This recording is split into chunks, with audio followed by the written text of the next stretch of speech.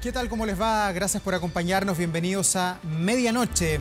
La última encuesta CEP entregó pistas sobre las preferencias de los chilenos. Esto ya muy cerca, prácticamente a puertas de lo que es la carrera presidencial en el mes de noviembre. El candidato de Apruebo Dignidad, Gabriel Boric, lidera el testeo, seguido por Sebastián Sichel y un poco más atrás, Jasna Proboste.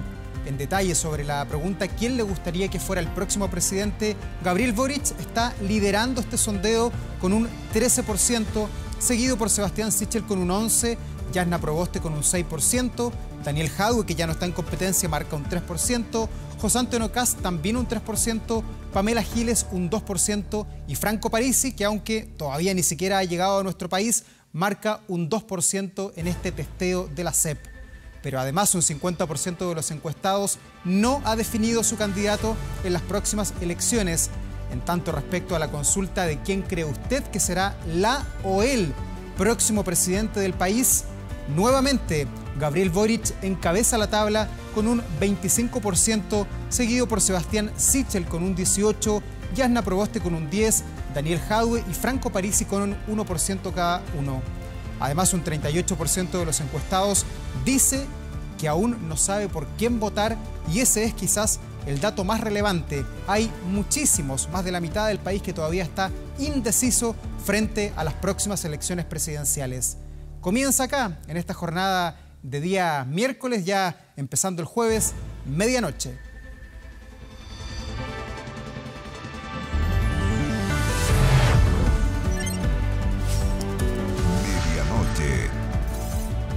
Bueno, ha sido un día muy marcado por la política, por esta encuesta CEP, que para muchos es un verdadero oráculo de cuáles son los destinos, las tendencias que está teniendo nuestro país. Vamos a analizar y desmenuzar de inmediato lo que es los resultados de esta encuesta con Marcos Moreno. Él es el director de la Escuela de Gobierno de la Universidad Central, a quien saludamos. ¿Cómo estás, Marcos? Hola, Davor, ¿cómo estás? Buenas noches. Gracias por estar acá.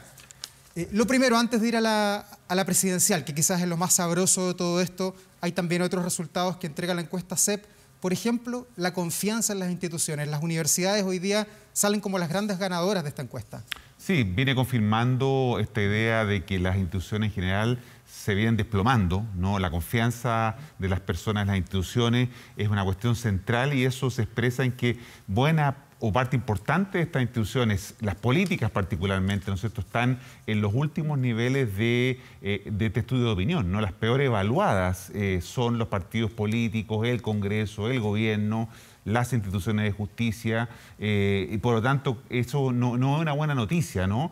Porque efectivamente las instituciones son claves para el funcionamiento de la democracia y si no están bien evaluadas, entonces quiere decir que hay un tema con la confianza de los ciudadanos en las instituciones. ¿Y qué pasa con Carabineros, con la PDI? Habíamos visto una caída sostenida luego del fraude en Carabineros, después con el estallido social. Hoy día se muestra una recuperación de Carabineros y también de la PDI. Sí, o por lo menos una contención en la caída, ¿no? Porque esta se venía mostrando con bastante fuerza.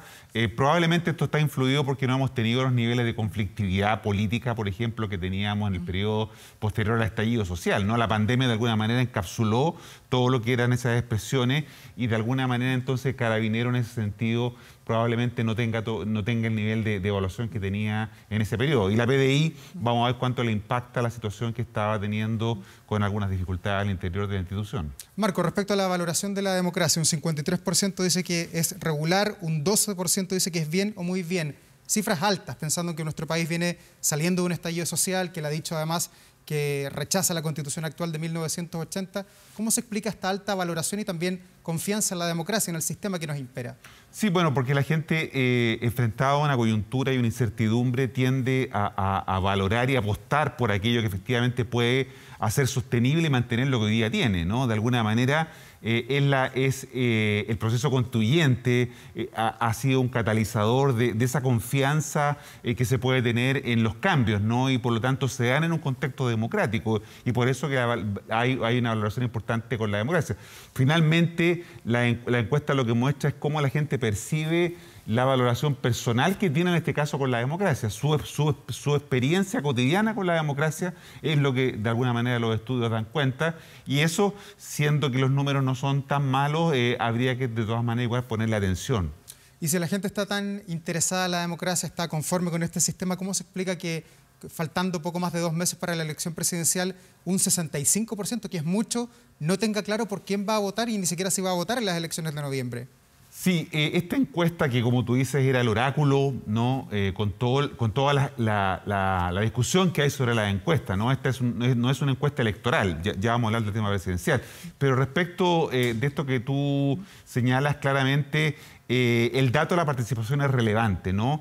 Crecientemente la gente se ha ido distanciando de la política y por eso que el dato que se revela aquí tiene que ver, ¿no es cierto?, con un abstencionismo estructural que tenemos en Chile, y a eso hay que prestarle mucho cuidado y mucha atención, ¿no? Que de cada 10 encuestados, 5 digan que no tienen todavía un candidato claro, ¿no es cierto? Habla de que tenemos un problema con el sistema democrático, ¿no? La gente está decidiendo cada vez más cerca del momento de la elección.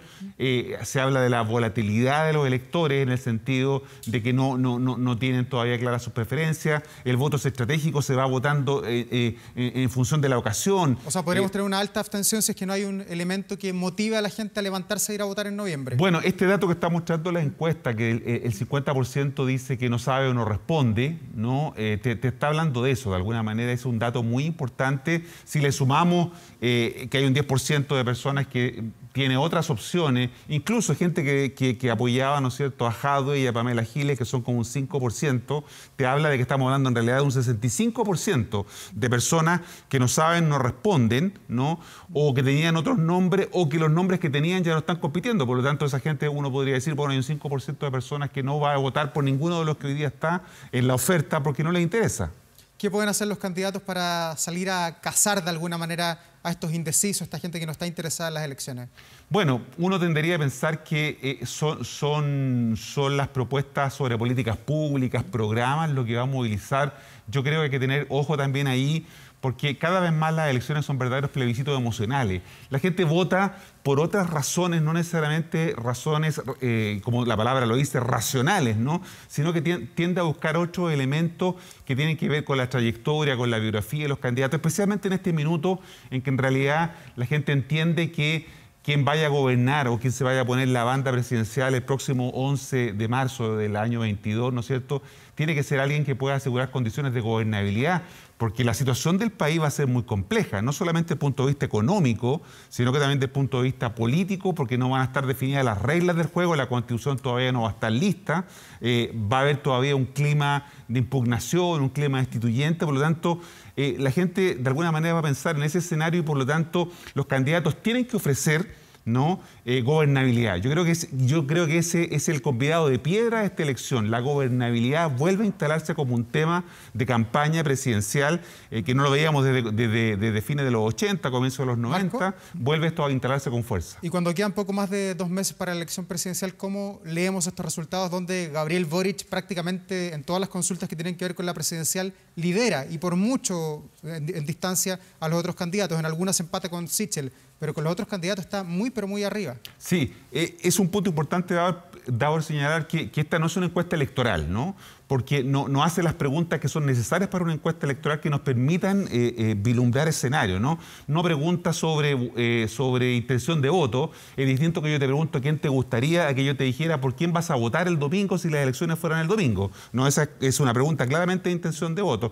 Y tampoco se calcula lo que se llama el votante probable, porque todo esto es con voto voluntario. No sabemos si las personas que están respondiendo van a ir a votar. Dicho eso, respecto de tu pregunta, evidentemente Boric hoy día está siendo quien mayor ventaja tiene en estos estudios de opinión, pero vamos a ver qué es lo que pasa en los próximos 60 días, especialmente después de los debates. Yo creo que los debates van a marcar un punto importante. Ahí va a empezar de verdad la campaña y por lo tanto va a haber que esperar hasta los 2 próximos debates que vamos a tener, el de Anatel y el otro que va a haber de otra casa televisiva. Marco, pero Gabriel Boric tocó techo de alguna manera ya hace un harto tiempo ya que está como candidato presidencial proclamado, ganó por una abrumadora mayoría sus primarias y en esta encuesta muestra que sube su apoyo de 15 a 29% el porcentaje de aprobación que le hace la gente y logra algo que para otros es imposible, disminuir su rechazo de un menos 55 a un menos 34%, un dato que es relevantísimo, ¿no? Sí, es muy relevante, pero también habla de que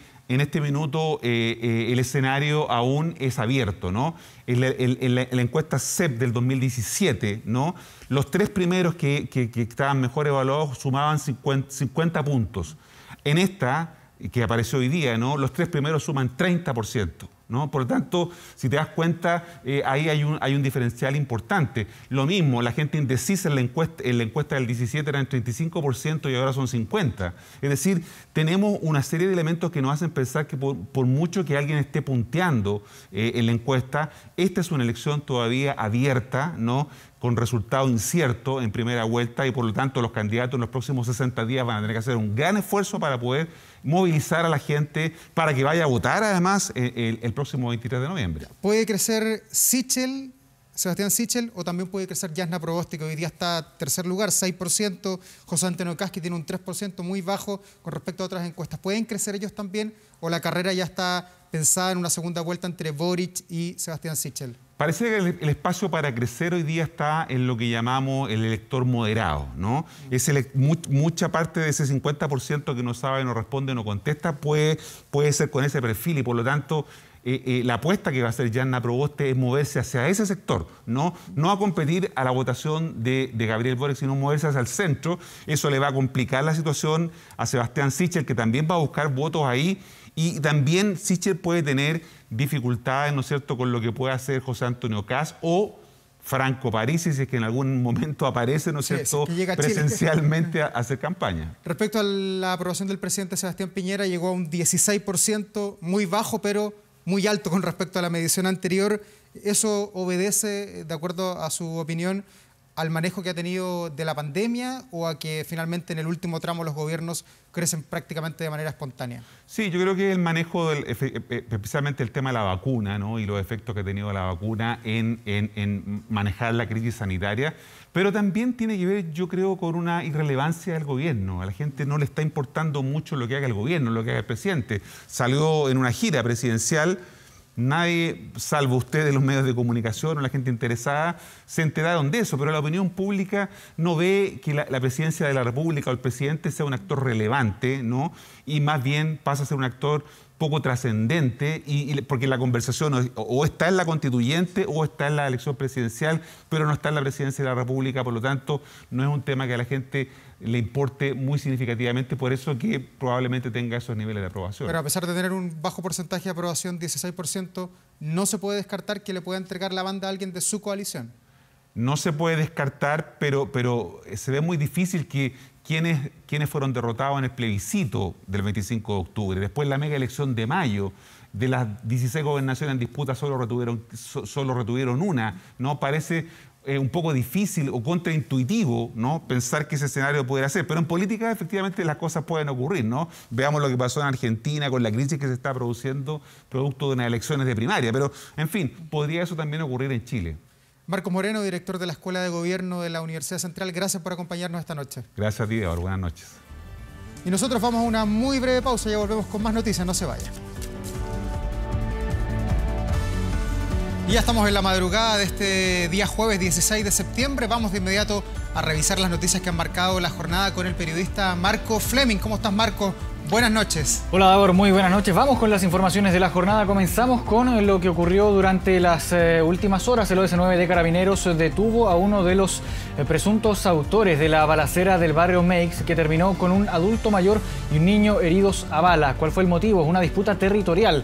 Pamela Araya tiene los detalles. Vamos a tomar contacto contigo, Pamela.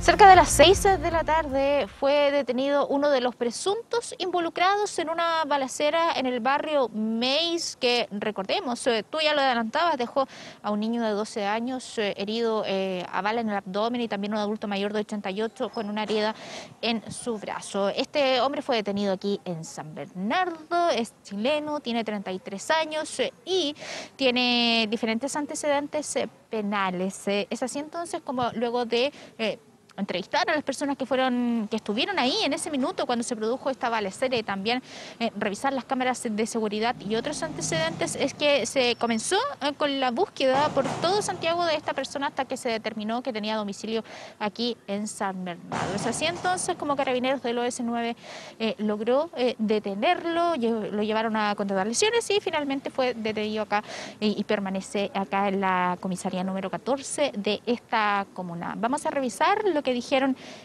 algunas personas que estuvieron allí en ese momento de la balacera y también Carabineros. Cambiaron balazos, balas y le llegó al niño en el estómago. Sentimos cuando iba pasando el caballero con la guagua, con la bala en la guata. Los antecedentes de investigación, declaraciones, videos y otra información que hemos recogido de cierto suceso permite identificar a esta persona como el posible autor de los disparos. Cabe mencionar que esta persona fue detenida con orden judicial, otorgada por el tribunal, y mantiene antecedentes penales por delitos por robo por sorpresa, intimidación y hurto. La dinámica que hemos podido establecer a este momento, la investigación está en desarrollo, es que habría otra persona involucrada en esto y es ahí donde se está trabajando para poder lograr su detención. Bueno, hay un segundo involucrado en esta balacera que se generó porque en el día anterior hubo un altercado entre estas dos personas. Un sospechoso que está siendo buscado por Carabineros. Hay que decir también que se estaba revisando la casa de este detenido, sobre todo porque al menos el arma que fue utilizada en el marco de esta balacera todavía no era, al menos hasta esta hora, encontrada por Carabineros. Muchas gracias, Pamela, por el informe. Buenas noches. Y nos vamos ahora a otro punto de la capital. Tomamos contacto con Carlos Godoy, que tiene las informaciones policiales de las últimas horas. Hola, Carlos, buenas noches.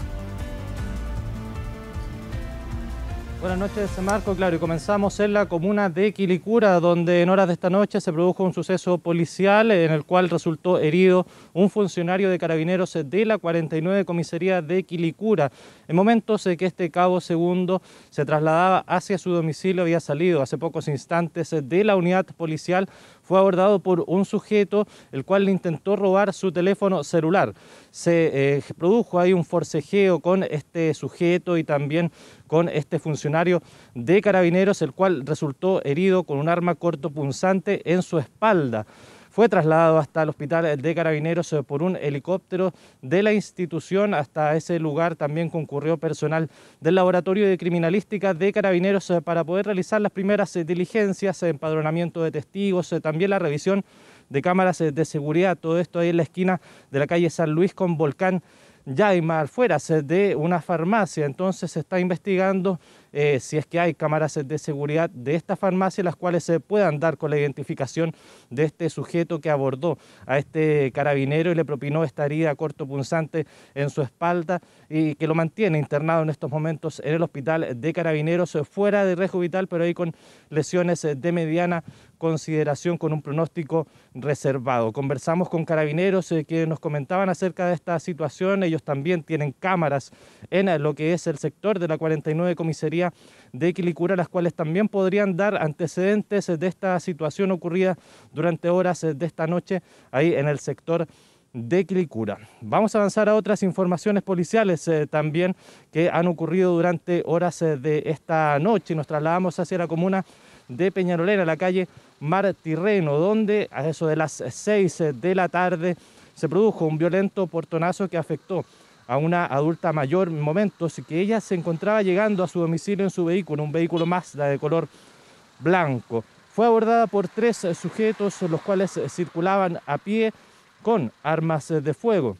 La intimidaron, rompieron el vidrio de su vehículo y realizaron una serie de disparos al aire. ¿Por qué? Porque los vecinos estaban solicitando ayuda. Iniciaron también este llamado de ayuda con las alarmas comunitarias que tienen instalada en sus casas. Es por esta razón que estos sujetos percutaron una serie de disparos hacia el aire para intentar ahuyentar a los vecinos. También de esta situación, de este portonazo, esta mujer resultó herida en su cabeza, pues estos sujetos con la empuñadura de una de las armas que mantenía también la golpearon para poder llevarse este vehículo, el cual tomaron y se dieron a la fuga rápidamente por dirección de Quilín hacia el oriente. Se está investigando cámaras de seguridad de la comuna de Peñalolén. También la Policía de Investigaciones junto a la Brigada de Robos Oriente está realizando las primeras diligencias para poder establecer la dinámica de estos hechos y poder también obtener más antecedentes acerca de la identidad de estos sujetos. Vamos a escuchar algunas declaraciones que entregó la Policía de Investigaciones durante horas de esta noche. Escuchemos. En circunstancias que la víctima se disponía a ingresar su automóvil particular a su domicilio, fue abordada por 3 sujetos desconocidos, a rostro semicubierto con mascarillas sanitarias y premunidas con armas de fuego, con las cuales la golpearon en la región de la frente, provocándole lesiones de carácter leve, para luego abordar los 3 antisociales del vehículo de la víctima y huir en dirección desconocida. Se están realizando diligencias investigativas con la finalidad de establecer la ubicación del móvil y la participación e identificación de los autores del delito. Diligencias investigativas, como ahí lo escuchábamos, que está llevando a cabo la Brigada de Robos de la Policía de Investigaciones para dar con el paradero de estos 3 sujetos antisociales, los cuales se robaron este vehículo en momentos que esta adulta mayor llegaba a su domicilio en la comuna de Peñalolén. Estas informaciones las vamos a estar ampliando en las próximas ediciones de 24 horas. Marcos. Gracias, Carlos, por el contacto. Muy buenas noches. Y finalmente el Frente Amplio y el resto de la oposición presentaron indicaciones al proyecto de cuarto retiro de fondos de pensiones. Dentro de las principales medidas se contempla que los altos ingresos paguen impuestos y que el monto máximo a retirar sea menor. La próxima semana la iniciativa se va a votar en particular, pero ya hay al menos 8 senadores quienes anunciaron que van a votar en contra de esta iniciativa. Se cumplió el plazo autoimpuesto y el cuarto retiro avanzó una nueva etapa. Finalmente, como se había anunciado, el Frente Amplio decidió presentar indicaciones al proyecto. Nosotros qué queremos hacer es hacer viable el cuarto retiro y para eso nos estamos haciendo cargo de mitigar los efectos al mediano plazo de la desigualdad que se va a producir. El bloque propone que las personas que ganen más de 2,6 millones de pesos mensuales y realicen el retiro paguen impuesto. Además, el máximo a rescatar para ellos serían 3 millones de pesos. Una idea que es compartida por parte de la oposición. Me parece justo, al igual como lo hicimos con el segundo retiro, que las personas de más alto ingreso tributen por ingresos que nunca han pagado impuestos. Sin embargo, la propuesta del Frente Amplio no convenció a todo apruebo dignidad. El Partido Comunista se habría plegado a la idea, pero no los regionalistas. Como Federación Regionalista nos vamos a apoyar la indicación de los impuestos. Creemos que no es el momento, que no es la oportunidad en pandemia.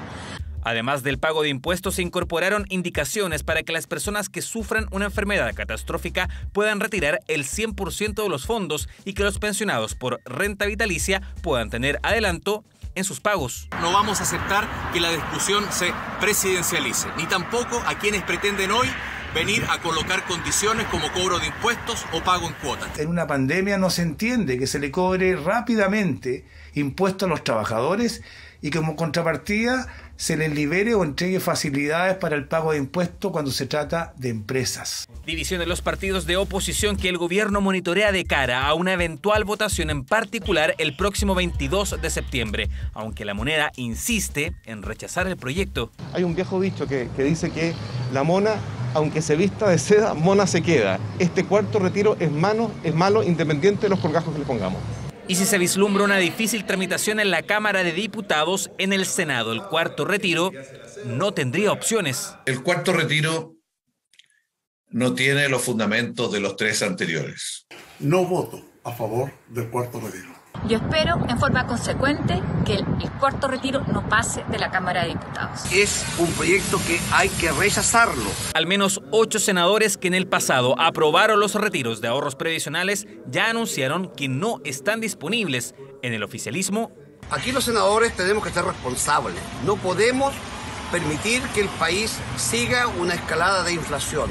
Yo no voy a ser responsable de la inflación que se va a generar producto de este cuarto retiro. Y en la oposición, el cuarto retiro no tiene los fundamentos que tuvieron los anteriores, por lo tanto, creo que lo que hay que hacer es exigirle al gobierno en los meses que le quedan que haga bien las cosas. Cuando dentro de la agenda de mínimos comunes logramos extender la cobertura del IFE para que las ayudas lleguen a la gente, dijimos que no íbamos a seguir por la vía de los retiros. Por ahora el debate sigue abierto y avanzando en el Congreso, pero hoy el cuarto retiro tiene una valla casi infranqueable en el Senado. Y mucha atención con lo siguiente: a partir del 1 de octubre los viajeros chilenos y extranjeros podrán cumplir una cuarentena más corta, solo 5 días, siempre y cuando estén vacunados. Si bien se abre la opción de que turistas de otros países vengan a Chile, el gremio insiste en que la cuarentena impide una real reapertura del sector al mercado internacional. Llegaron los anuncios en la víspera de las vacaciones de verano. Seguirán existiendo restricciones en nuestras fronteras, pero con medidas más flexibles para chilenos y extranjeros que elijan Chile como destino. La cuarentena, por ejemplo, se reduce a 5 días para aquellos que cuentan con pase de movilidad. Un periodo prudente, además que se supone que esas personas deben venir con su vacuna, con su PCR al día. Me parece mal porque debería ser de hecho más días. 15 días mínimo. Porque lo que tenemos mucho tiempo que no veamos nuestra familia, podemos salir a verla y volver sin tanta presión. Igual es peligroso. Modificaciones al Plan Frontera Protegida que reduce los requisitos para ingresar al país para residentes. Declaración jurada C-19 y un PCR negativo con hasta 72 horas de antigüedad. En el caso de los no residentes, se agrega un seguro médico y su pase de movilidad. Tanto el requisito de un test PCR negativo en el país de origen como la medida de testeo en los puntos de entrada continuará para poder viajar a Chile. En ambos casos, residentes y no residentes deben obligatoriamente cumplir con un aislamiento. Quienes tienen pase de movilidad deben hacer una cuarentena de 5 días. Para los que no tienen certificado de vacunación, el plazo es de 7 días. Para trasladarse a su domicilio u hotel, debe hacerlo en transporte privado y una vez ahí, todos los cohabitantes deben realizar el aislamiento. No podrán recibir visitas, ni pasear mascotas, ni abandonar el domicilio. Cuarentena que es ya fiscalizada arduamente por el personal de la Seremi. Seremos más estrictos con aquellas personas provenientes de países con mayores contagios o variantes de preocupación. Especial atención para países como Brasil, Argentina, Estados Unidos, entre otros. La autoridad asegura que será severa ante el incumplimiento. Además de los sumarios sanitarios, se puede bloquear de forma permanente el pase de movilidad como medida sancionatoria. Y esta nueva apertura contempla la posibilidad de que arriben turistas al país acreditando su vacunación. Tienen que haber validado su proceso de vacunación. Este proceso puede demorarse hasta un mes en la respuesta. ¿Por qué? Porque hay lugares en que tienen un código QR, una firma digital avanzada, como es el caso de Chile, que hace muy rápido el trámite. Sin embargo, hay otros países que no cuentan con este mecanismo, por lo tanto eso requiere una revisión ya caso a caso y eso puede tardar un poquito más de tiempo. La cuarentena siempre es obligatoria y desde el gremio turístico consideran que los anuncios no apuntan a una apertura real en el sector. La cuarentena de 5 días para turistas extranjeros vacunados que entren al país no conversa con la actividad turística. Estamos frente a, de nuevo, otra temporada alta que el país va a perder desde el punto de vista turístico, ya que si no tenemos turismo receptivo estamos muy lejos de recuperar a la industria. Cada persona que ingrese por nuestras fronteras deberá cumplir además con un autorreporte diario y será sometida a un testeo que podría ocurrir en el punto de ingreso o durante los próximos 14 días después de su arribo. La costa es el destino favorito para estas fiestas patrias, bien lo saben en las regiones de Coquimbo y Valparaíso, donde los visitantes ya están repletando los balnearios. Eso sí, el llamado es a respetar todas las normas sanitarias. Se viene el fin de semana 18 y eso bien lo saben los turistas que han comenzado a llegar a la región de Valparaíso. Es cosa de salir a la calle para darse cuenta que poco a poco comienzan a llenarse. Así aprovechaban la playa y el paseo costero de la Avenida Perú estos visitantes, que incluso viajaron de la capital con mascota, literalmente en los hombros. Vuelvo el lunes a Santiago, me imagino que mañana se va a llenar. Igual fue taco volver a entrar a Viña. Queremos salir de Santiago y ver el mar. Es rico, es otro aire, entretenido. Este año no habrá fondas en la región, pero el restaurante Luquillo, ubicado en el barrio Poniente, de todas maneras quiso estar presente y puso toda la carne a la parrilla. Sacamos las parrillas a la calle el día de hoy para que la gente coma algo distinto. Tenemos chuletas, tenemos costillar, tenemos vacuno. Choripanes, anticuchos y los mejores cortes de carne es lo que prometen a precios para todos los bolsillos. Se ha notado que ha llegado mucha gente y los precios varían de 4.990 a 5.990. Con acompañamiento, puede ser frío o caliente. El frío es ensalada y caliente vendría siendo el puré, fideo, arroz. Se espera que sean cerca de 800.000 personas las que se acerquen al borde costero. Panorama sin lugar a dudas auspicioso para los comerciantes del rubro turístico. Se destacan los destinos del litoral norte, litoral de los Poetas, Valle Aconcagua, Valparaíso, Viña del Mar y Concón, con reservas en alojamientos cercanas al 65% como promedio regional. Estamos reforzando las medidas de autocuidado, recalcando las normativas sanitarias y obviamente entregando información que les permita poder disfrutar de este 18 de manera segura. Tendencia que se repite en la región de Coquimbo. Tienen todo listo para recibir a los cerca de 200.000 visitantes. Los hoteles están prácticamente copados. El Valle del Elqui y la zona costera, los destinos favoritos. Sabemos de que mañana ya vamos a tener repleto la estadía, ya no vamos a tener más cupo, entonces esperamos un lleno total. Usted ya lo sabe, alternativas hay de sobra en la región de Valparaíso y Coquimbo para celebrar el nuevo 18 de septiembre en medio de la pandemia. Internacional.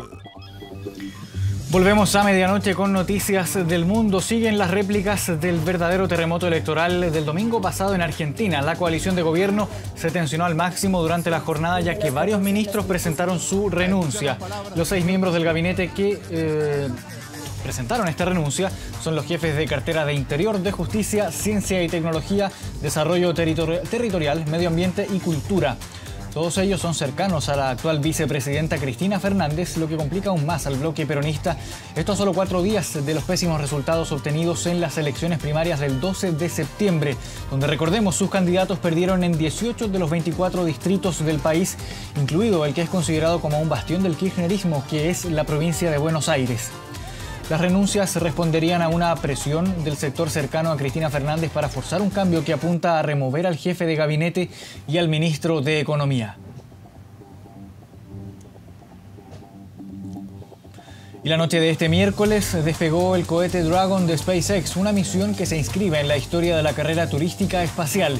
La compañía de Elon Musk hace historia al lanzar este cohete tripulado solo por civiles. Un veterano de las Fuerzas Armadas estadounidenses, una profesora, una asistente médica y un piloto multimillonario van a ser quienes estén en el espacio durante 3 días. Los tripulantes se entrenaron 6 meses para prepararse con maniobras de gravedad cero y prácticas con las fuerzas gravitacionales que van a experimentar por estas 72 horas que van a estar en órbita. Un hito que sin duda marca la pauta para esta reñida carrera espacial.